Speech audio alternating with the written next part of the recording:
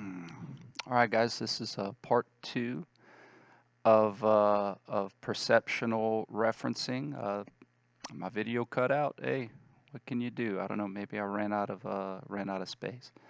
So this is just going to continue right in from where we left off, which is global references are fixed, and you fix them by defining them. Okay. So like I said, if you're in a classroom, it's easy to know the front of class and the back of class, anterior to posterior. There's my AP axis. Objects rotate in frontal planes about an AP axis. Sides of class, bilateral axis. Objects rotate in sagittal planes about a bilateral axis. Top and bottom of class, polar axis. Objects rotate in transverse plane about a polar axis. Global reference, once you set them, do not change. Meaning that if the baseball is spinning in the room's sagittal plane, it doesn't change if I might see a different type of spin. What I mean by that is the ball would be rolling away or towards the front of class, doing a front roll or a back roll from the classroom's perspective. But from my perspective, I see the ball doing a cartwheel to my side. So it's okay to see different dimensions of spin as long as we communicate what perspective is being seen. Global and local reference. Guys, we have these concepts all over the place. Absolute and relative VO2. That's a local and global reference. Anything relative to body weight. It's local reference. Okay? So we have these concepts in other areas of exercise science and kinesiology. I'm just trying to show you how it pertains to biomechanics and anatomical kinesis and motion. Global references don't change, even though you may change your views of things. Another way to look at a global reference that doesn't change is like a football field, right? It's fixed, and the offense goes this way, and it doesn't matter what what direction the players are facing or running. That's the goal, that's the end zone, right? It's fixed regardless of where the players are. We got to drive that way. Okay? So global references do not change. So let's go back to my wrist example. My wrist is rotating in the room's frontal plane, globally referenced frontal plane. The same wrist motion is now occurring in the room's sagittal plane. Same motion in my wrist. Flexion, extension, flexion, extension, flexion, extension. Room's frontal, room's sagittal, room's transverse. So all of our joints can rotate in all three global references. We just may have to reposition ourselves, okay, to do so. But every single one of your joints can rotate in the room's plane, in a globally referenced plane. Okay? Now, funny, I should bring up a football game because there's different perspectives of that game. Heck, they've done studies on this where you take a game, any game, let's say it's a big game, Falcons Saints, and they poll the fans after the game. This happens. The game is a globally referenced concept. It is what it is. But the perception of who the referees were cheating for changes based on who you were a fan of. In other words, Saints fans will consistently say the officials cheated for the Falcons, and the Falcons fans watching the exact same game will say that the officials cheated for the Saints. How do you explain that? Perception, locally referenced perception. So globally, the game was the game. There were the same number of first downs. There was the same number of points scored. Everything was the same, but the perception was different. So a global referenced planes and axes is like that game. It is what it is. But locally, relatively, we can see things different than what the room sees. And that's okay. I'll give you an example. I'll give you lots of examples. Room sees frontal plane rotation of the wrist.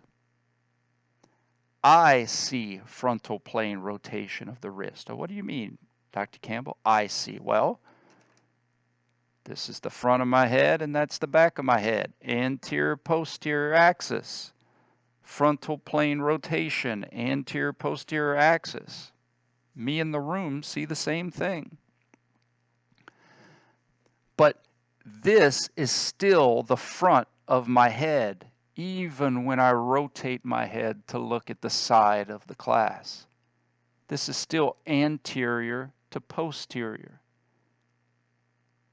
So if my wrist does the exact same thing, my wrist is rotating the exact same way, but now I don't see frontal. Now I see sagittal. Why? Because this axis that used to run from the front of my head to the back now runs to the side of one ear, out the other, in one ear, out the other. That's a bilateral axis to me.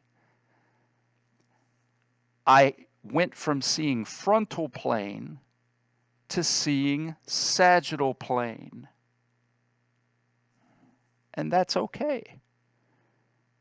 As long as I communicate, it's from my perspective of sight. It's what I am seeing. Hey, room, I get why you still see frontal. Nothing changed from the room's perspective, but something changed from my perspective, my eyes. So I like to look at a locally referenced planes and axes are from your coach's perspective. So global is like the fans. Local, your eyes, your coach. Because if you think about it, your eyes are like a coach because your eyes take in all of this data. Oh, by the way, did you know that your eyes are part of your brain? Exposed parts of your brain? That's really cool.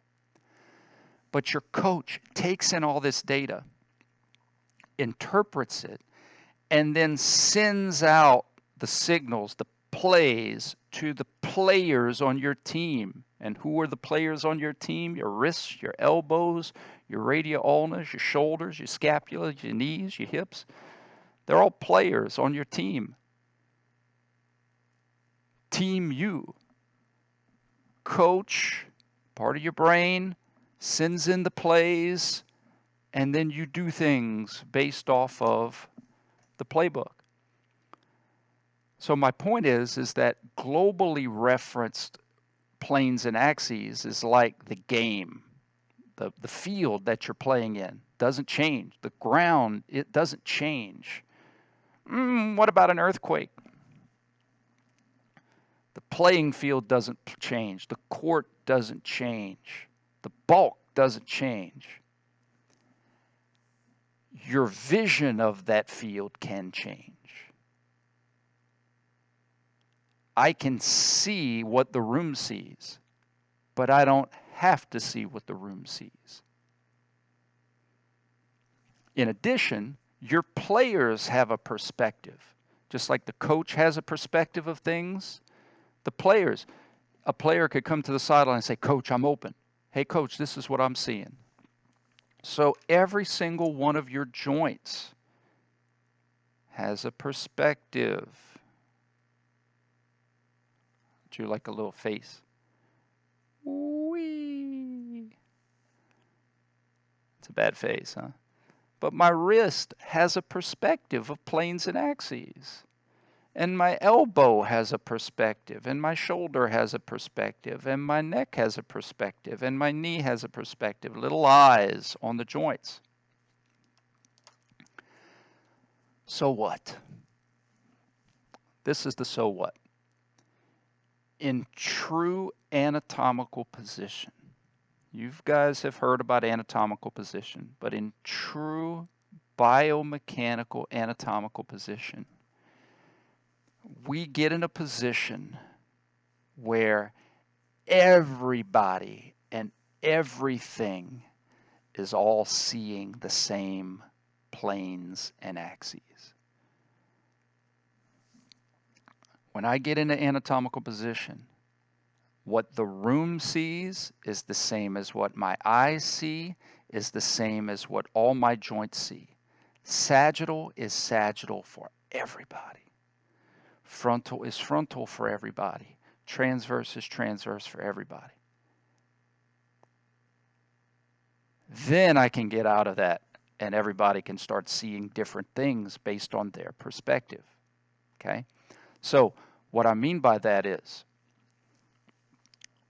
going back to my wrist perspective, how do I know my wrist sees this way? Because in anatomical position, the wrist's eyes are facing the same direction as my eyes and the room. So this is what I mean. Wrist sees sagittal plane rotation. Room sees sagittal plane rotation. My eyes see sagittal plane. Everybody's seeing sagittal. That's cool. Now my eyes see frontal. The room sees frontal. But guess what the wrist still sees? I still see sagittal. Why? Because the sagittal plane moved with the wrist. Its sagittal plane is still about its bilateral axis. To the wrist perspective, its axis runs in one side and out the other side, in one ear and out the other. So when the wrist turns to look here, its bilateral axis moved with it. I don't know what you guys are talking about. I'm still nodding my head up and down. When he was here,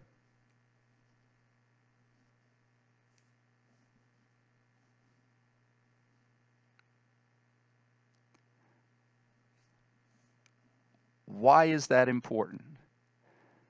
It's important because joint motions, all joint motions, are from the perspective, local reference of the joint itself.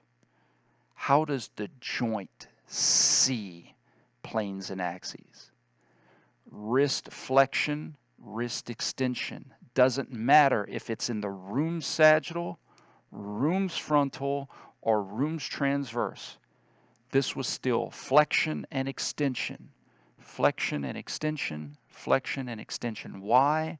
Because it was in the same perspective of the wrist all 3 times. And that may sound simple, great, awesome. But the reason it's important is because things will look different globally. Things will look different locally from your eyes. But I need to teach you that things aren't changing at all locally from the joint. That wrist flexion extension might look different because of all these funky places we put it in globally and locally from our eyes. But the reality is that motion is from the perspective of the joint.